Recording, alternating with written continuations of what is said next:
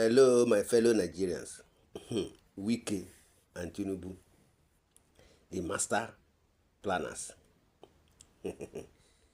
Hey, they say Wike and Tinubu, they are planning how 2027 is going to be and beyond.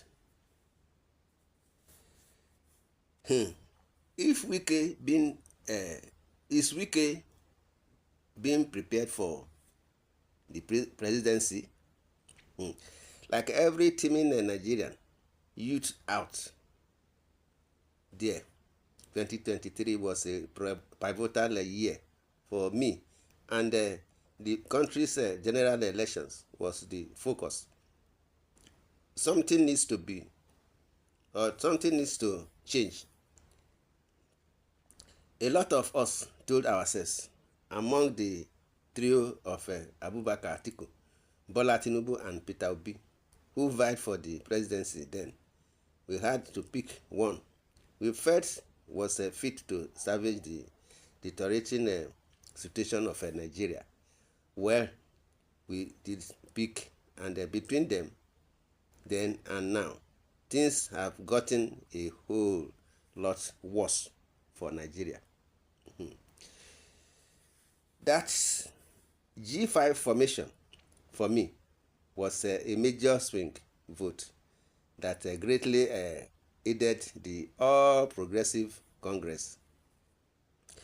Rivers, Bayelsa, and other states around the Niger Delta region ganged up together, all five of them, and calling themselves the G5, somehow thought it wise to lend their weight behind Tinubu. This is politics. So don't ask me why they did what they did. Prominent and vocal of the G5 governors was the then Rivers State governor, Nyesom Wike.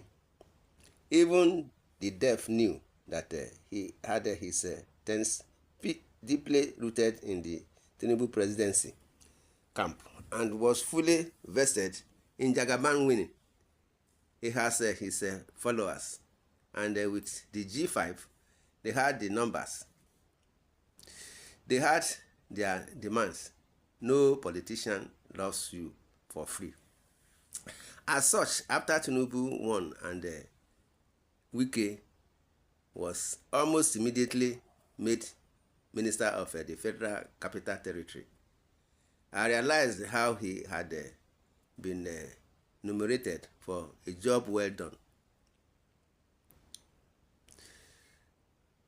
Nonetheless, still looking closely at that unholy alliance, I realized there is a greater play than just the ministerial position Wike was compensated with. There is a bigger goal in sight, and one that is thinly veiled but seemingly clear for anyone with a keen eye to decipher. I speak of the presidency in 2031, that is, of course, assuming Tinubu is able to complete 2 terms of office. Now relax, this is no conspiracy theory. Let me break it down. What is the progression every politician in Nigerian seeks? Look around you and you will see how many of the governors you knew from decades ago are all senators now or in other key roles. Tinubu himself was once a governor and a senator too. With an eye for the presidency, he first galvanized the APC and became its national leader before assuming the top seat. Isn't that right? Akpabio, was he not a governor? Is he not the Senate president now? The list goes on and on. Wike is too ambitious, a man to settle for being just a minister. Far from it. He has his eyes set on being Nigeria's president, and is only biding his time well. Looking at his body language and the clothes he possesses, does that look to you like just a minister? Of course not. I tell you, there is a succession plan agreed between him and the tinubu, wherein he succeeds the later when all is over. The biggest sign of this was when Tinubu had to travel to France to broker and a deal with President Macron.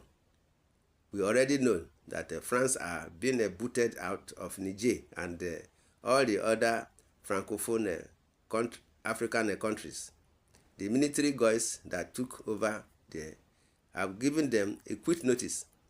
Nigeria has now become their landing spot for Africa, and Tinubu is ever so eager to fill the void for whatever selfish gains of his. Now, who did the president take with him to such an important summit? Nyesom Wike, of course, not Shetima or any other. Open your eyes. This is happening in your very before. Take a look at the FCT and the moves Wike is making. Unprecedented. The man is kicking people out of their homes and telling folks, quit clearly, quite clearly. I am untouchable. Abuja is a perfect spot. As much as Lagos can boast of being the economic hub of Nigeria, in terms of politics, nothing happens without the say so of the central, and the sheriff of that central is Wike. Is the dynamic getting clearer to you now? Yes, one would say, but he isn't APC. Well, that argument might make sense if it were another country you speak of. But come on, this is Nigeria. Here, politicians cross carpet between parties faster than Nigerian girls dump their broke boyfriends. Cross carpeting is the easiest thing to do in Nigeria. Yes, Wike is still with the PDP on paper. However, switching to the APC at any point in time will prove easier than the sun setting tomorrow. Already, Wike is APC in all but actual documentation. That is the reality. The end game is that Wike announces his switch to the APC some 2 years before Tinubu's reign is to end. Solidifies his position, of course, with the help of his ally. Jagaban buys their form, and the field faces damn thing in a hurry before contesting the primaries and win. The fact is the APC needs a man like him. After Tinubu, there is certainly nobody with the kind of cloth that Wike has to go toe to toe with giants like Atiku and Obi. This is why Wike is essential to them, and vice versa. The only stumbling block for Wike right now is that annoying bee called FUBARA.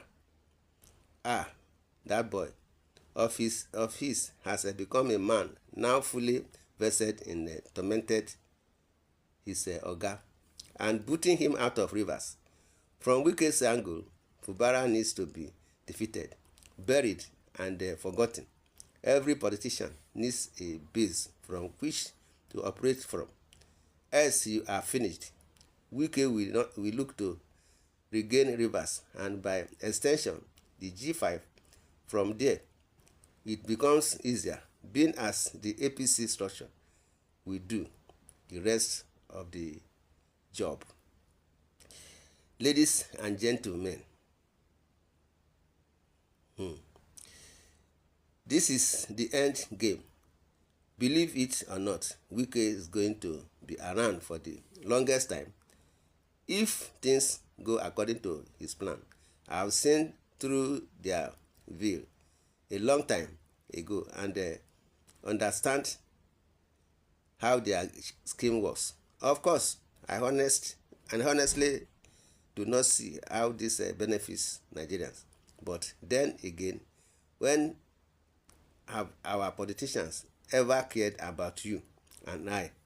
Talk more of what benefits us, my brothers and sisters. This is what we are saying, that the politicians that they are very difficult to deal with. So they are here or not there. My brothers and sisters, in the comment section, you are free to say your opinion. Subscribe to this channel, share, like, and love.